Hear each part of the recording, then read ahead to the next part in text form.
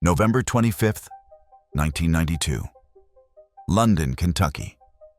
The morning air carries the promise of Thanksgiving, but also something darker. A secret that will shatter a small town's innocence forever.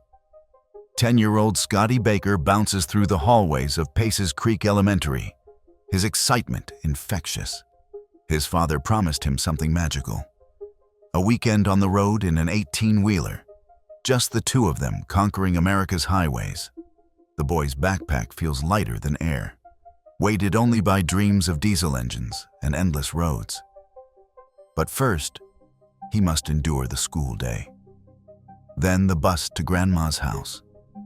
A simple plan that fate has already marked for destruction. At exactly 11:20 a.m., she enters. A woman with dark hair and glasses moves through the school office with calculated confidence. Her voice never wavers as she delivers her performance to the unsuspecting secretary. She identifies herself as Patricia Smith, Scotty's cousin, sent by his father to collect him early. The lie flows from her lips like honey, sweet and poisonous. The secretary sees no reason to doubt her. After all, Scotty's father drives trucks across the country. Perhaps he sent someone ahead. When Scotty's class passes the office, heading to their Thanksgiving celebration, the secretary calls him over with what she believes is wonderful news. His father wants him early. Scotty's face lights up with pure joy. He recognizes nothing suspicious in the stranger's smile, sees no danger in her gentle beckoning. The promise of seeing his father fills him with such happiness that he practically skips to the waiting car. He climbs into the 4-door sedan willingly, trusting completely. The woman who has stolen his trust with a single lie drives away with her precious cargo. By 3 p.m., when his mother Ruth arrives for a surprise early pickup, Scotty Baker has vanished into thin air. Ruth's universe collapses in an instant. The secretary explains about Patricia Smith, but Ruth knows every face in her ex-husband's family tree. No cousin by that name exists.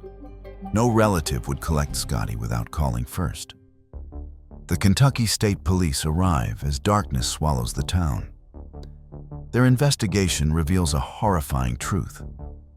Multiple women named Patricia Smith live within a 100-mile radius, but none match the description. None lack solid alibis. The name was carefully chosen camouflage, a lie crafted to disappear into the crowd of ordinary identities. As investigators dig deeper, the Baker family's secrets emerge like cracks in a dam. Ruth and Donnie divorced 5 years earlier in a brutal custody battle that left wounds still bleeding. Donnie recently remarried. A 21-year-old woman named Stephanie, pregnant and seething with jealousy over the time her new husband devotes to his son. The triangle of suspicion forms with geometric precision: the mother, the father, and the young stepmother. Each harbors secrets. Each carries motive heavy enough to crush a child's dreams. Donnie races back from Illinois, where he was delivering freight when his world ended. His alibi stands solid as concrete, but his second polygraph test reveals cracks in his story that investigators cannot ignore. Under relentless pressure, he makes a decision that will haunt him forever. He surrenders his wife's diary. The pages burn with hatred so pure, it seems to smoke in investigators' hands. Stephanie's words reveal a poison that has been festering for months. Her wish that Scotty would disappear. Her fantasies of something terrible happening to the boy who commands her husband's love. The investigators have found their prime suspect, but Stephanie Baker presents an alibi that seems impenetrable. She spent the entire morning of November 25th doing laundry with her best friend, Suzanne. Phone records support their story. Witness statements corroborate every detail down to the minute. But when Stephanie fails her polygraph test with spectacular deception, the investigation takes a sharp turn toward darkness. Suzanne becomes the key that could unlock everything. The 22-year-old friend whose story meshes with Stephanie's, with suspicious perfection. Every detail, every timeline, every moment accounted for with mathematical precision. Too perfect, too rehearsed, too clean. When investigators arrive to question Suzanne again, they find empty air. She has vanished with her truck driver husband on a route to Florida. The timing screams guilt louder than any confession. FBI agents mobilize across state lines, coordinating with the Miami field office. If Scotty still draws breath, he might be hidden in that 18-wheeler racing toward Pompano Beach. Hope flickers like a dying flame, fragile, precious, and fading with each passing hour. December 1st, 1992. A warehouse in Florida. FBI agents surround the truck with hearts hammering against their ribs. The trailer door swings open, revealing Suzanne, disheveled from sleep. But no Scotty. The cargo hold contains only legitimate freight. Hope takes another devastating blow. At the Miami FBI field office, Suzanne faces her final interrogation. She maintains her innocence with a stubborn determination, but her polygraph screams deception with every answer. The needles jump and dance, spelling out lies and mechanical honesty. Then investigators reveal their final weapon: handwriting analysis. The signature of Patricia Smith from the school's sign-out sheet waits for comparison with Suzanne's own writing. Under the crushing weight of evidence and hours of relentless questioning, Suzanne's carefully constructed lies finally collapse like a house of cards in a hurricane. The confession spills out like blood from a mortal wound. Stephanie had been drowning in jealousy, pregnant and convinced that a 10-year-old boy commanded more of her husband's love than she ever would. On November 25th, after another fight with Donnie about his priorities, she enlisted Suzanne's help in what would supposedly be harmless revenge. The plan seemed simple. Take Scotty, hide him for a day, make him miss his precious weekend with his father.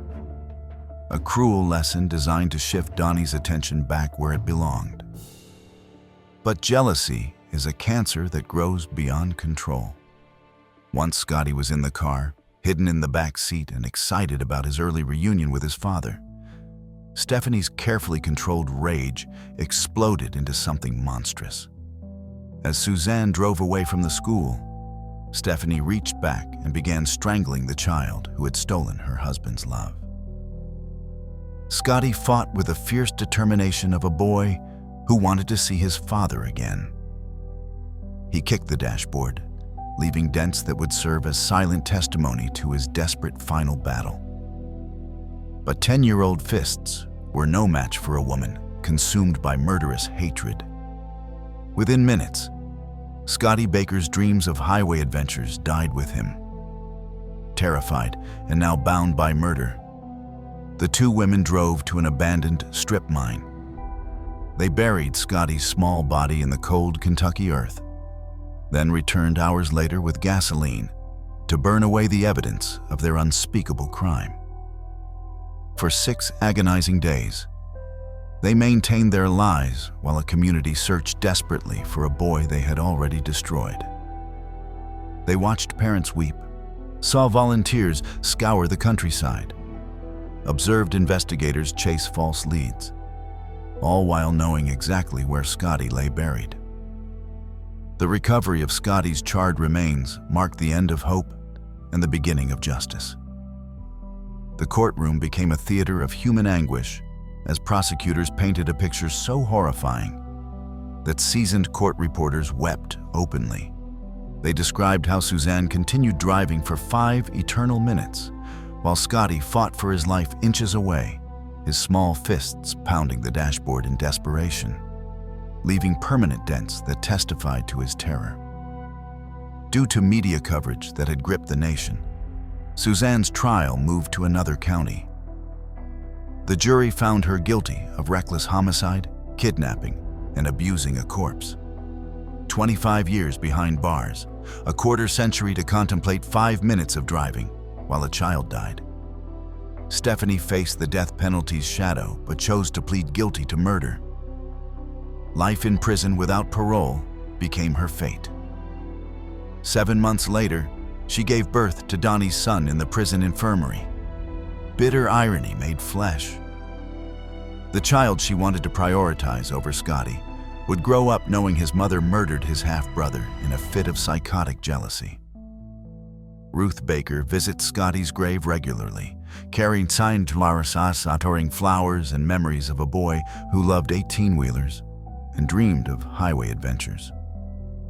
Her advocacy led to new Kentucky legislation requiring photo identification for school pickups.